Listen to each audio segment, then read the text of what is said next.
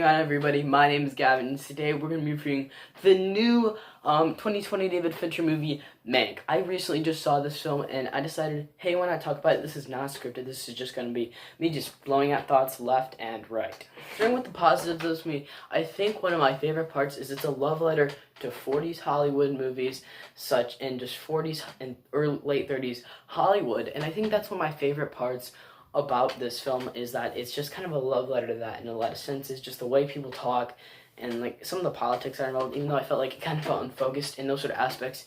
At times it kind of made sense, and I thought the cinematography was really well done, as well as the sort of performances that our characters gave, and I think, I don't know, it just was really good in those sort of aspects. And Citizen Kane, I think, is one of the best movies ever made, and I think it's like it's the second best made film, in my opinion, and I felt like it really was able to show that and a lot of stuff, and I found that side of the movie really interesting and really cool and how it was made, and I wish we got more of that in the movie. I think that's sort of one of my negatives, is that I wish we got more in that sort of aspect, but I think just the way it's a love letter to classic Hollywood, and classic films are my favorite. Maybe that's a bias, but I don't really care. Some of the editing was really cool, and I thought the visuals were great. The dialogue just felt really peppy, and I don't know, it just felt like a late 30s, early 40s movie with just the whole vibe and the whole aesthetic of the film. Well, moving on to the negatives, unfortunately, I did have a good amount. I think one of my main flaws with the film is that it gets insanely unfocused at times,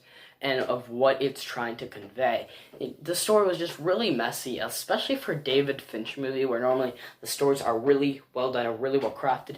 This one felt like it was really unfocused, and didn't feel like there was a clear focus of what happened, and I felt like I just wish they focused more on it, because at times I wish they focused more on like that 30s and 40s Hollywood a lot more, and there's just times where they're talking about politics, and it just felt really odd for the movie and what it's going for, and just there was stuff like that that just really didn't feel like it worked or flew very well with the movie. I wasn't really bored by the film. Like, some people have said they weren't really enjoying the movie. I'm not one of those people, but I did think that it really should have been more tighter with the script and should have been a lot more focused.